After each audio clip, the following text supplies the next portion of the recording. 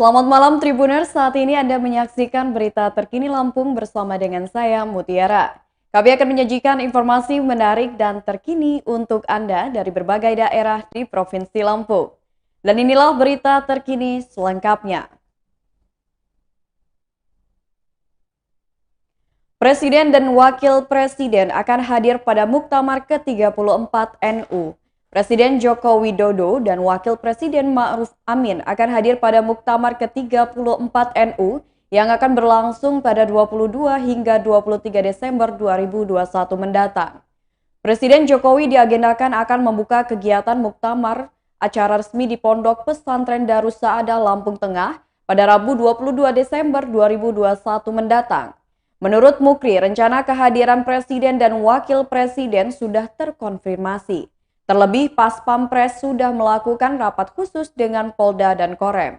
Dirinya tak menampik jika peserta dan tamu muktamar akan berbondong-bondong ke Lampung. Tetapi para peserta dan tamu akan disebar di kampus UIN, Unila, dan Malahayati yang ada di Bandar Lampung.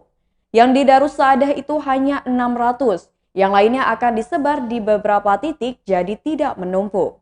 Jelang pelaksanaan Muktamar NU, Komandan Kodim 0410 KBL Kolonel Infantri Faisal Izzuddin Karimi melakukan peninjauan kesiapan pengamatan pelaksanaan Muktamar ke-34 NU di sejumlah tempat pada Minggu 19 Desember 2021.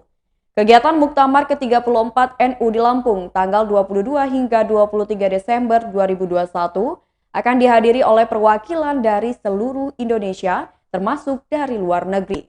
Terlihat Dandim 0410 KBL Kolonel Infantri Faisal Izzuddin Karimi melihat situasi lingkungan Universitas Lampung yang akan dijadikan tempat penyelenggaraan muktamar tersebut. Kolonel Infantri Faisal yang baru saja menjabat di Kodim 0410 KBL ini berkeliling di sekitaran Unila baik dari GSG Unila hingga gedung perpustakaan.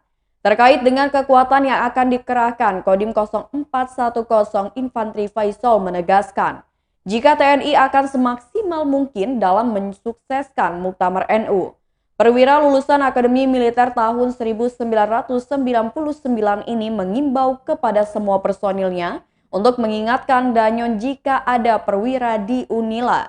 Hal ini menjadi tanggung jawab pengamanan VVIP dan dirinya juga akan mempersiapkan HT untuk bisa memantau satu titik dengan titik yang lainnya.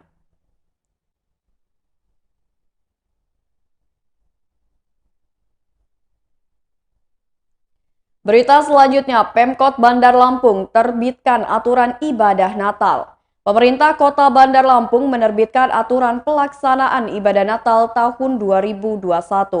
Aturan itu tercantum dalam Instruksi Wali Kota Bandar Lampung nomor 16 tahun 2021 tentang pencegahan dan penanggulangan coronavirus disease 2019 pada saat Natal tahun 2021 dan Tahun Baru 2022. Dalam surat yang diterima Tribun Lampung pada Minggu 19 Desember 2021 disebutkan, umat Kristiani masih diperbolehkan menggelar ibadah Natal di gereja. Adapun kuota maksimal yakni sebanyak 50 orang saja. Sementara jemaat lainnya dipersilahkan mengikuti ibadah Natal secara daring. Ibadah Natal diselenggarakan secara hybrid, yaitu secara kolektif tidak melebihi 50% dari jumlah kapasitas total atau 50 orang. Berikut beberapa catatan yang harus ditaati pengurus gereja.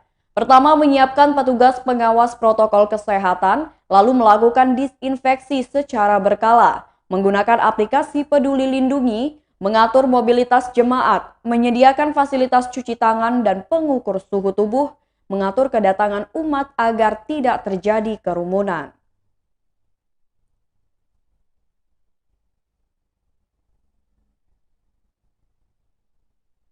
Berita selanjutnya, seorang pria ditemukan sekarat di samping jasad siswi SMK di Lampung Selatan.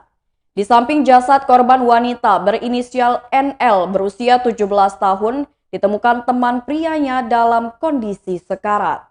Korban mengalami luka tusukan di bagian perut. Warga digegerkan dengan penemuan sesosok mayat wanita di Dusun Kupang Curup, Desa Tanjung Ratu, Kecamatan Katibung, Kabupaten Lampung Selatan pada Sabtu 18 Desember 2021 sekitar pukul 11 waktu Indonesia Barat.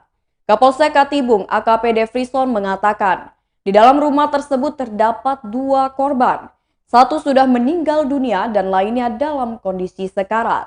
Ketika tiba di lokasi, petugas menemukan 2 korban. Satu korban telah meninggal dunia berjenis kelamin perempuan. Diketahui korban berinisial NL berusia 17 tahun warga Dusun Kupang Curup, Desa Tanjung Ratu, Kecamatan Katibung. Saat ditemukan, jasad korban mengenakan seragam sekolah pramuka. Menurut informasi dari warga sekitar, korban merupakan siswi di salah satu SMK di Waisulan. Rekan NL mengalami luka tusuk yang cukup parah di bagian perutnya. Satu korban lainnya yang ditemukan dalam kondisi sekarat, berjenis kelamin laki-laki, belakangan diketahui korban bernama Sosiadi Varion, berusia 20 tahun alias Ion, yang merupakan warga Dusun Kupang Curup, Desa Tanjung Ratu, Kecamatan Katibung, Lampung Selatan. Korban mengalami luka pada bagian tangan sebelah kiri dan luka tusuk di bagian perut. Defrison mengatakan, korban sudah dilarikan ke RSUD Abdul Muluk, Bandar Lampung untuk mendapatkan pertolongan medis. Korban hingga kini belum sadarkan diri. Korban Ion sudah dibawa ke RSUD Abdul Muluk untuk mendapatkan pertolongan karena mengalami luka tusuk yang cukup serius di bagian perut. Kondisi korban selamat, namun pihak kepolisian belum bisa memintai keterangan dari korban, sebab korban belum sadarkan diri. Korban diharapkan dapat segera sadar supaya bisa segera mengungkap kasus tersebut.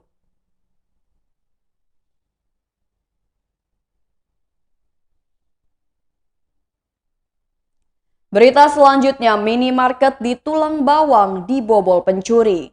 Sebuah minimarket di Jalan Cendana, Kelurahan Gunung Sakti, Kecamatan Menggala, Kabupaten Tulang Bawang, Lampung dibobol pencuri. Pembobolan minimarket yang berada di jantung kota Menggala itu diperkirakan terjadi pada Sabtu 18 Desember 2021 sekitar pukul 4 waktu Indonesia Barat.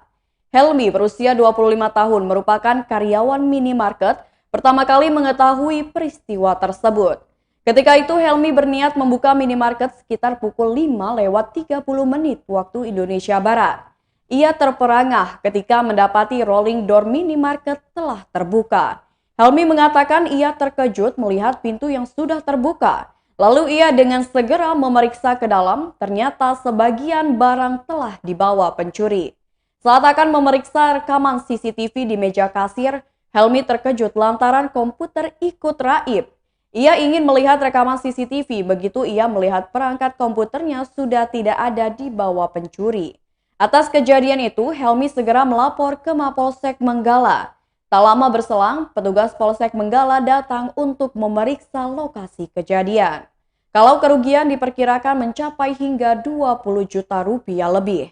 Sukri, ketua RT setempat, mengaku sempat melihat mobil Daihatsu Sigra terparkir di depan minimarket sekitar pukul 4:15 waktu Indonesia Barat. Ketika itu ia tengah menuju masjid untuk menunaikan sholat subuh. Sukri melihat 3 orang berada di dekat mobil warna silver yang di belakangnya terdapat logo taksi online. Saat itu 3 orang berpura-pura sedang mengganti ban, jadi seolah-olah mobil itu pecah ban.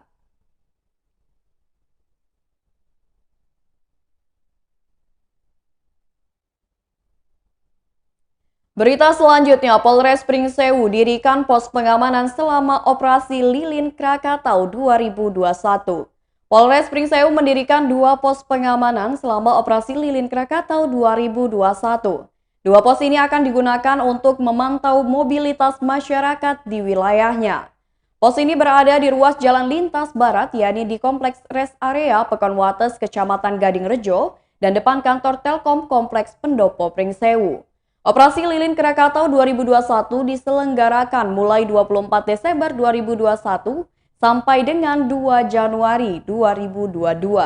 Kasat Lantas Polres Pringsewu Ibtu Rido Grishan Adidarya pada Minggu 19 Desember 2021 mengatakan, pos pengamanan merupakan pos terpadu yang akan digunakan sejumlah instansi terkait, baik kepolisian, TNI, Dishub, Satpol PP, Diskes, BPBD, dan sejumlah instansi lainnya dalam memantau mobilitas masyarakat.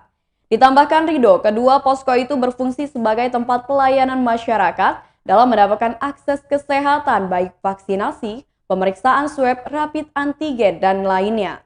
Pihaknya juga telah melakukan edukasi melalui pemasangan banner di sejumlah titik keramaian, terutama di sepanjang ruas Jalinbar yang berisi larangan mudik maupun membuat kerumunan yang bisa berpotensi menyebabkan penyebaran COVID-19. Upaya yang dilakukan bertujuan untuk mencegah terjadinya lonjakan kasus COVID-19 setelah Nataru. Kabak Ops Polres Pringsewu AKP Martono mengungkapkan, tujuan utama operasi lilin adalah memberikan rasa aman bagi umat Nasrani yang merayakan ibadah Natal, baik dari ancaman kriminalitas maupun potensi penyebaran COVID-19. Selain fokus di pos pengamanan dan pelayanan, kata Martono, pihaknya telah menyiapkan sejumlah personel yang akan melaksanakan patroli. Juga pengamanan sejumlah tempat ibadah seperti gereja, pusat-pusat keramaian, objek vital, objek wisata, dan daerah rawan kejahatan lainnya. Sejumlah upaya telah dipersiapkan sedemikian rupa agar selama Nataru situasi tetap aman dan tidak terjadi lonjakan kasus COVID-19.